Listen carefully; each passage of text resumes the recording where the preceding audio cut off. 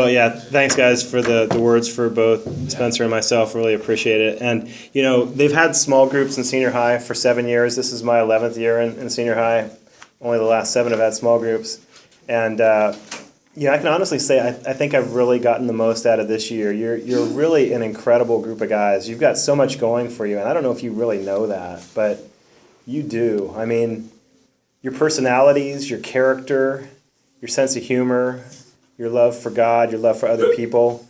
Don't place limits on yourself because you are just awesome guys. Just a pleasure to be around. It makes it something that I look forward to every week. And I can't honestly say that was the case every year of small groups. You get different matches of people that, some care about God, some don't. Some want to share and grow, some don't.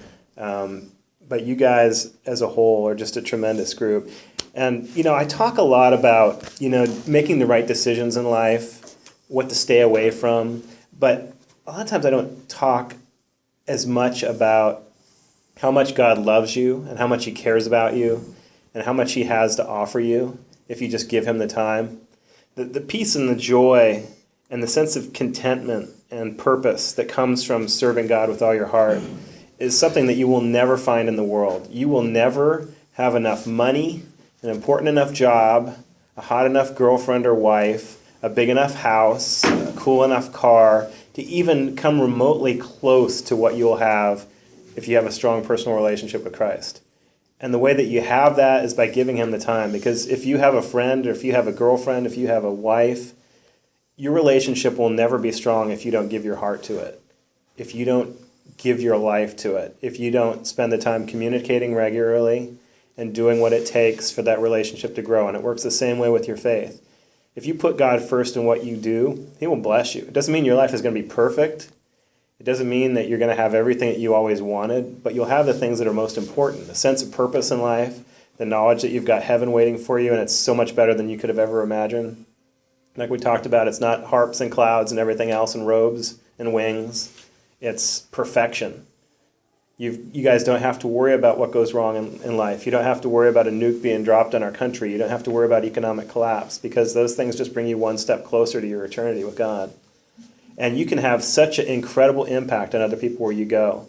You've heard the statistic. We talked about it recently. When you go off to school, the typical youth group, 50% that are a part of a youth group walk away from God and they never come back. Please don't be that statistic. I want you guys to blow that statistic away. And you can't do that by just going off and doing your own thing in college and hoping you'll make the right decisions. You have to leave with a purpose. You have to leave wherever you go, whether it's college, a job, vocational school, mission, wherever it is. You have to leave with a plan. God, how are you going to use me? How am I going to get closer to you? And how am I going to impact other people around me? How am I going to stay away from the things that are going to pull me away from you? What am I going to do when I'm in these situations? How am I going to keep myself out of them? How am I going to keep myself from being pulled away from you and setting a bad example for you? Help me, God. Give me a plan. And you have to go into it with a plan and stick to it. And God will bless it.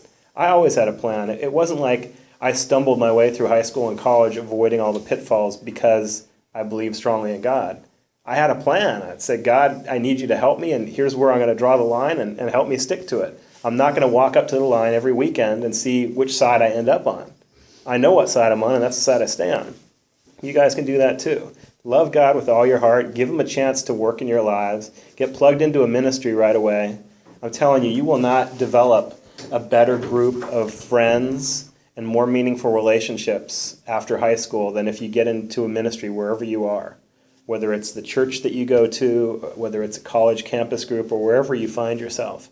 And find a good church. You may think it's all like MVPC. Some of you may like church here. Some of you may be bored to death by it. Some of you may not go at all.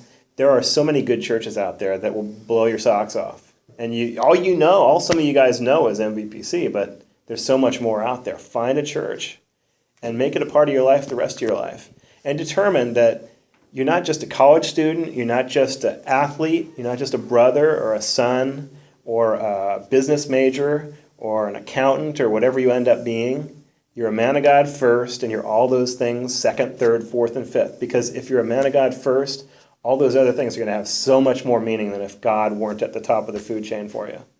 So I can speak for Spencer and myself. We love you guys to death. We really want to stay in touch with you. Please pick up the phone, get on Facebook, whatever. Ask us for advice. Let us help you get through your struggles. I'm not going to stop praying for you. So, like it or not, that's going to be happening. So you might as well take advantage of the rest of it and stay in touch with us because we care. And believe me, you guys are going to make mistakes. Hopefully they'll be minimal. But if you do make mistakes, we're not going to be judging you. We know that. You're humans just like everybody else. We're just going to be praying for you and supporting you. So don't feel like if you end up going down the wrong path that we're not your friends anymore. We're just as much your friend as if you're doing everything perfectly. So don't forget that and stay in touch with us. And let's do stuff this summer. I try and get you guys to do stuff together. Get out of your comfort zone. Get out of your little cliques. Do stuff together. You got 3 more months. Some of you won't be around much this summer. Some of you will. But take advantage of it. And we'd love to do stuff with you too. We'll definitely give you a send-off, but we'd love to do more. Yeah! Wow, it is almost 9:30. Hey, just toss it to me. Let me just say a couple of things. First of all,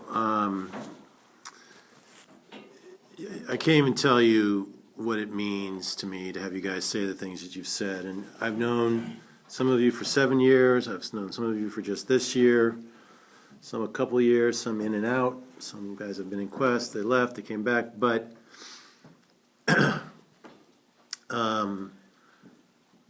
this is not only the year that I was thinking about this because, as most all of you know, this is the first year I'll have one of my kids go off to college, Natalie.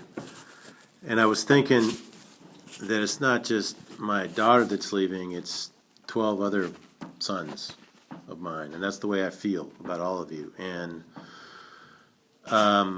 as much as I appreciate the gratitude you guys feel for me, it pales in comparison to what you guys have done for me. I mean, there was a quote that I wrote in an article for the church magazine, and I'm going to butcher it, but I think it's from a country music song, actually. And it was, "The children look to you to save them, but actually they were sent to save you." And that's the way I feel about all of you, because when I'm sitting here telling you all these things that I think, it's because you've asked the question, which forces me, not forces me, but it challenges me to think about my faith. And so this has been a blessing for me. You guys all have me, but I have, all of you. So I get it. I get 12 times the benefit. And the reason that this is so important to me is I've told many of you the story before. I didn't have faith growing up. And so my kind of parting words of advice is that, the challenge and the opportunity for when you guys leave here, because you're all men now, as goofy as you may feel at times, and you're men. And from this day forward, this is when your faith is up to you. You don't have to go to church. You don't have to go to youth group. You can go off and be as much or as little as you want. And this is where your faith truly becomes your own. And all I can tell you is, coming from someone that knows what it's like not to have faith growing up and as a young adult,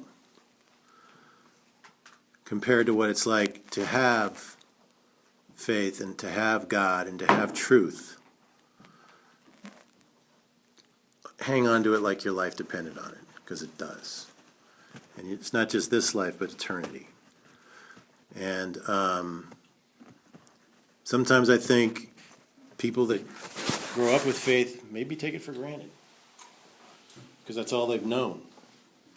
And take it from me, it's a gift that we don't deserve and we can never earn, but hang on to it for dear life.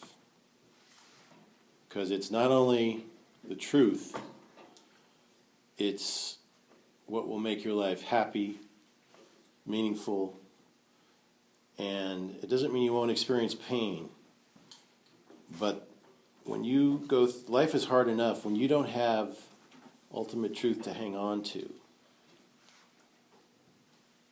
You can be so lost, and I've been there, and there's no worse feeling on earth, and there's no better feeling knowing that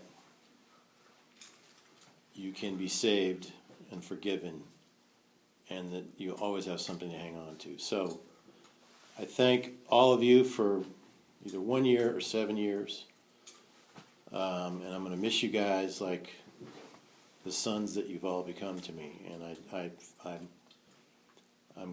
feel very optimistic about your lives. Like, I hope we keep in touch. I know we will. Some we won't, but I know a lot of you we will. And it's been a privilege. Thank you.